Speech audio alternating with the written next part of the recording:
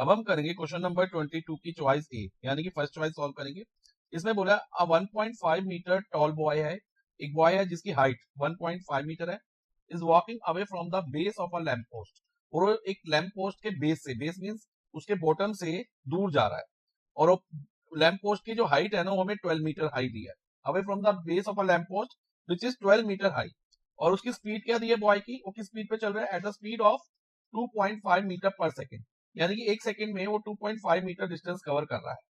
हमें क्या फाइंड करना है, find the length of his shadow, उसकी शैडो की लेंथ फाइंड करनी है आफ्टर 3 सेकंड, 3 सेकंड के बाद उसकी शैडो की लेंथ क्या रहेगी, ये हमें फाइंड करना है। तो बच्चा पहले हम फिगर ड्रॉ करते हैं इस क्वेश्चन को करने के लिए। जैसे कि पहले एक ग्राउंड ड्रॉ कर लिया, एक ग्राउंड हो गया, उसके ऊपर एक लैंप पोस्ट है, और लैंप पोस्ट की हाइट हमें कितनी दी है, 12 मीटर। लैंप पोस्ट की जो हाइट है 12 मीटर दी है, उसको हम नेम भी दे देते हैं लैंप पोस्ट को एबी। अब एक बॉय है जो कि 1.5 मीटर टॉल है, वो इस लैंप पोस्ट के बेस से, बेस इसका बी हो गया, से दूर जा रहा है। अभी ये नहीं बताया कि बॉय खड़ा किधर है, हम ये मान के चलेंगे कि जो अपनी वो डिस्टेंस, जो जर्नी है अपना चलना कहां से शुरू करता है, पॉइंट बी से शुरू कर रहा है, और वो किस स्पीड पे चल रहा है, 2.5 मीटर पर सेकेंड। अब हम ये देखेंगे कि वो 3 सेकंड में कितना डिस्टेंस कवर कर लेगा। मान लो वो बॉय जो है, पॉइंटर पे ध्यान है, इस पॉइंट पे आ जाता है, पॉइंटर पे ध्यान दो, सी पॉइंट पे आ जाता है, बॉय यहां आ गया, और बॉय की हाइट कितनी दी है हमें, 1.5 मीटर। बॉय यहां आके खड़ा हो गया क्योंकि वो दूर जा रहा था, मूविंग अवे, अवे मींस दूर जाना। 1.5 मीटर उसकी हाइट है, और वो इतना डीसी डिस्टेंस कवर कर लिया उसने कितने सेकंड में, 3 सेकंड में। 3 सेकंड में ये डिस्टेंस कवर कर लिया। ये डिस्टेंस अभी हम कैलकुलेट करेंगे। पहले हम ये देख लेते हैं कि हमें फाइंड क्या करना है, हमें फाइंड करना है लेंथ ऑफ हिज शैडो। अब देखो बच्चा, शैडो कहां फॉर्म हुई, शैडो या ये वाली पोर्शन, जो पॉइंटर पे ध्यान देना, ये इसकी शैडो है, क्योंकि जो सनरेज आएगी, मान लो इधर सन है, तो सनरे कुछ इस तरह से आएगी, बॉय बॉय उसका जो लाइट का रास्ता ब्लॉक करेगा, रोकेगा लाइट को, तो उसकी शेडो यहाँ फॉर्म हो जाएगी, और वो रे आगे जाके जहां शेडो खत्म होगी ना वहां गिरेगी, तो ये सन रे है, ठीक है। तो कुछ इस तरह की फिगर बन जाएगी। हमें क्या निकालना है, shadow of the boy DC. DC जो है बॉय की शेडो है, उसको हम एक्स मान लेते हैं, ठीक है। अब उसने कितना डिस्टेंस कवर किया 3 सेकंड में, पहले हम ये कैलकुलेट करेंगे। और डिस्टेंस क्या है, बीसी, तो distance BC is equal to, distance का फॉर्मूला क्या होता है, स्पीड मल्टीप्लाई बाय टाइम। अब स्पीड क्या है बॉय की, 2.5 मीटर, तो 2.5 मल्टीप्लाई बाय, उसने कितने सेकंड में डीसी डिस्टेंस कवर किया, 3 सेकंड में, तो 2.5 multiply by 3, 7.5 metre BC distance हो गया हमारा, ओके। अब हमें फाइंड क्या करना है, ये डीसी वाला पार्ट, यानी कि लेंथ ऑफ द शैडो, जो कि एक्स है, और कौन से ट्रायंगल का पार्ट है, ट्रायंगल डीसी। अगर मैं इधर मार्क कर दूं ई, तो ट्रायंगल डीसीई का, ये छोटे वाले ट्रायंगल का पार्ट है, ठीक है, तो डीसीई का पार्ट है। और इसके अलावा हमें गिवन क्या क्या है, एक तो बीसी गिवन है। अब जो अगर हम डीबी को देखें बच्चा, तो डीबी कौन से ट्रायंगल का पार्ट है, ट्रायंगल डीबीए का, और वो डीबी किसके इक्वल होगा, एक्स प्लस 7.5, ये भी हमें पता है। इसके अलावा और क्या गिवन है हमें, एक तो ईसी, ये छोटे वाले ट्रायंगल की साइड ईसी दी है, और बड़े वाले ट्रायंगल डीबी ए की साइड ए बी दी है, ठीक है।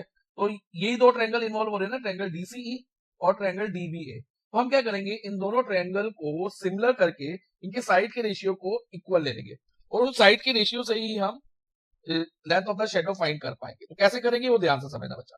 तो पहले हम लिखेंगे in triangle DCE and triangle dBA. ध्यान दो बच्चा, ये वाला एंगल 90 डिग्री होगा और ये वाला भी एंगल 90 डिग्री होगा। क्यों, क्योंकि जो पोल है वो भी परपेंडिकुलर होगा इसके ऊपर, ग्राउंड के ऊपर, और इसी तरह से बॉय भी परपेंडिकुलरली खड़ा है, सीधा मान के चल रहे जो सीधा ही खड़ा है, तो ये भी 90 डिग्री होगा, ठीक है। तो ये दोनों एंगल इक्वल हो जाएंगे, angle 1 equal to angle 2 each 90, तो एंगल 1 इक्वल टू एंगल 2 हो गए।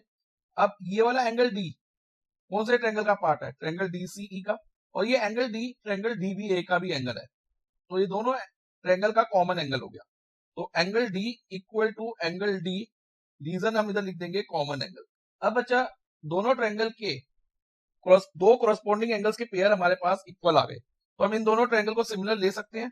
तो triangle DCE is similar to triangle DBA by A similarity rule, A rule से हो गया, ओके। अब जब ये दोनों ट्रायंगल सिमिलर हो गए, तो इनकी साइड का रेशियो, कोरस्पॉन्डिंग साइड के रेशियो हम इक्वल ले सकते हैं। तो पहले हम छोटे वाले ट्रायंगल डीसीई की डीसी साइड लेते हैं, तो डीसी अपॉन इसके कोरस्पॉन्डिंग बड़े वाले ट्रायंगल में कौन सी साइड है, डीसी के कोरस्पॉन्डिंग, देखो बच्चा नेमिंग से भी देख सकते हो आप, डीसी के कोरस्पॉन्डिंग डीबी है, और फिगर में भी देखो तो डीसी की कोरस्पॉन्डिंग डीबी है, तो DC upon DB equal to ये छोटे वाले ट्रायंगल की ईसी साइड देखो ईसी ये किसके इक्वल होगी, बड़े किसके कोरस्पॉन्डिंग होगी, सॉरी, तो वो एबी के कोरस्पॉन्डिंग होगी, तो EC upon AB, EC upon AB, तो ये दोनों रेशियोज इक्वल हो जाएंगे। वैसे तीसरी साइड का भी पेयर है डीई अपॉन डीए भी हम ले सकते हैं, लेकिन इसकी हमें जरूरत नहीं है क्योंकि नाम ये फाइंड करना, नाम ये गिवन है, तो हम यही दो रेशियो लेके इक्वल लिख के क्वेश्चन को सॉल्व करेंगे। और इसका रीजन क्या रहेगा, corresponding sides of similar triangle are in same ratio. अब वैल्यूज डालते हैं हम इसके अंदर, वैल्यू डाले तो डीसी अपॉन डीबी में डीसी हमारा एक्स है, और ये डीबी कैसे मिलेगा हमें, डीबी साइड कैसे मिलेगी, डीबी में हमारे पास एक तो मेजर डीसी की आ रही है जो कि एक्स है, प्लस बीसी आ रहा है, बीसी किसके इक्वल है, साइड बीसी 7.5 के इक्वल है, तो x plus 7.5 is equal to EC क्या है बच्चा 1.5 अपॉन एबी कितना है 12, 1.5 अपॉन 12। अब एलएचएस पार्ट को हम अभी एज इट इज कॉपी करेंगे, x अपॉन x प्लस 7.5, और आरएचएस पार्ट से हम डेसिमल रिमूव कर लेंगे पहले, इससे सॉल्व करना थोड़ा इजी हो जाएगा। जैसे हम डेसिमल रिमूव करेंगे 1.5 में तो यहाँ 15 आ जाएगा और डिनोमिनेटर में एक जीरो बढ़ जाएगा। जब भी बच्चा जितने भी डेसिमल प्लेसेस होते हैं ना, जैसे न्यूमरेटर में एक डेसिमल प्लेस है तो डिनोमिनेटर में एक जीरो डाल दो, दो प्लेस हो तो दो जीरो, अपोजिट साइड में जीरो डाल देते हैं।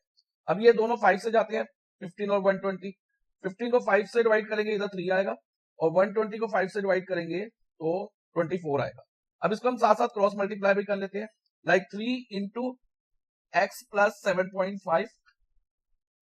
अब ये 7.5 का हमने डेसिमल नहीं हटाया था, वो इसलिए नहीं हटाया था क्योंकि एडिशन है साथ में, एडिशन या सब्ट्रैक्शन साथ में हो तो बाद में जाके डेसिमल रिमूव करते हैं फाइनल आंसर में, लेकिन अगर ओनली डिवीजन हो या मल्टीप्लिकेशन हो तो हम डेसिमल हटा सकते हैं, ओके, जैसे कि हमने आरएचएस पार्ट में किया। तो अब क्रॉस मल्टीप्लाई करेंगे तो 3 into x plus 7.5 is equal to 24 into x हो जाएगा। देखो बच्चा एक्स इंटू 24 या 24 इंटू एक्स कह दो, एक ही बात है, ओके। अब 3 इंटू एक्स हमारा 3x हो गया, और 7.5 इंटू 3 करेंगे तो ये आएगा 22.5 इज इक्वल टू 24x। अब एलएचएस में हमारे पास 3x है तो इधर 3x लिख देंगे, और जो ये आरएचएस में 24x है ये एलएचएस में जाके माइनस 24x हो जाएगा, इज इक्वल टू जो एलएचएस में प्लस 22.5 है ये आरएचएस में जाके माइनस 22.5 हो जाएगा। अब अच्छा ध्यान दो, 3x minus 24x plus minus minus 24 minus 3 21, और साइन बढ़ेगा तो minus 21x is equal to minus 22.5। अब माइनस माइनस कट जाएगा तो 21x इज इक्वल टू 22.5 हो गया। अब x की वैल्यू क्या होगी, x is equal to 22.5 upon 21, क्योंकि 21 x के साथ मल्टीप्लाई में था तो ये आरएचएस में जाने पे डिवाइजर में आ जाएगा। सो x इज इक्वल टू, अब डेसिमल हटाएं जैसे कि हमने इधर भी हटाया था 15 अपॉन 120 किया था, तो यहाँ क्या हो जाएगा 225 अपॉन 210। पहले दोनों 5 से जाते हैं, 225 को 5 से करेंगे तो 45 आएगा, और 210 को 5 से डिवाइड करेंगे तो 42। अभी ये दोनों 3 से जाते हैं तो यहाँ 15, 45 को 3 से डिवाइड करके 15, और 42 को 3 से डिवाइड करके 14, तो x इज इक्वल टू हमारा 15 अपॉन 14 आ गया। और अगर इसको डेसिमल में करें तो x इज इक्वल टू 15 को 14 से डिवाइड करके डेसिमल में दो प्लेसेस तक हम लेंगे तो ये 1.07 मीटर अप्रोक्स हमारा आंसर आ जाएगा। तो हम फाइनल स्टेटमेंट लिख देंगे, क्वेश्चन में से ही बना के लिखेंगे, मैं यहाँ मार्क कर रहा हूँ, the length of the shadow after 3 second is equal to 1.07 metre. तो यही हमारा इस क्वेश्चन का आंसर है।